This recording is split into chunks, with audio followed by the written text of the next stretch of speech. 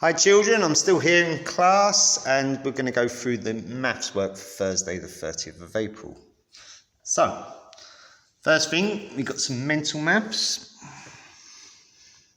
just here. And what we're doing is solving 3-digit and 3-digit as money and a prove it card. So if you've got these sums here, £8.97 plus £1, that's easy, you can do in your head. But when you've got different numbers, digits, what you should do is add the pounds first.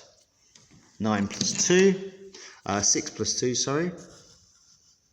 And then add the tens, 60 pence and 30 pence, and then the two ones, add the ones, the pence, 2p and 1p. So if you can try and do that in your head, a bit of mental work, they're quite easy, but if you keep to that structure, add the pounds, add the tens, add the pence, and put them all together as a total.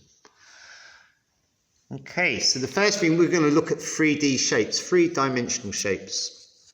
Learning intention is to identify 3D shapes and describe them, including their faces, vertices, and edges. If you need to know what these are, you can look at this website.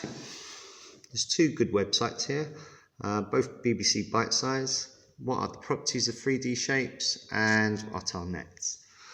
First things first is looking at these four shapes, A, B, C, D, and they've got these questions in blue. There's four of them. And if you can write down the letter shape, which applies to them, there's a clue there might be more than two shapes. So which shape has only square faces? Has this got a square face? Has this? Has this? Has this? And they've got to be square. Any face that is square. This one, which shape has a curved face?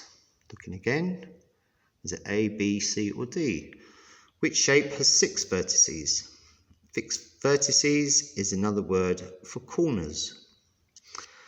And then which two shapes have the same number of faces? Exactly the same number. Okay.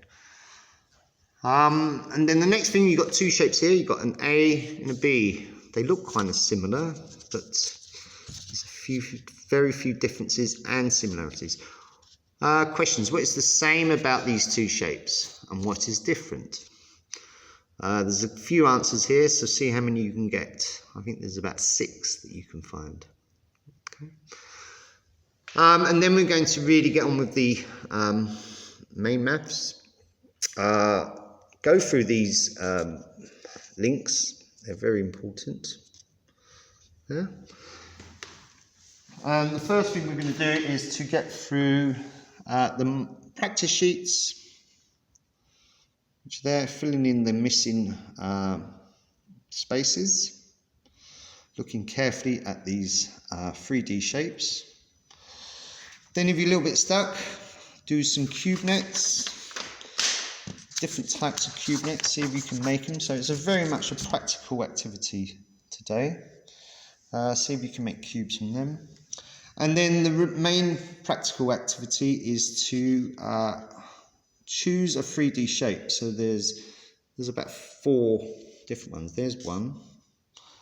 And if you can make different nets that folds up to make the same shape. And if you enjoy this, you can find some amazing nets at this website. Good luck there.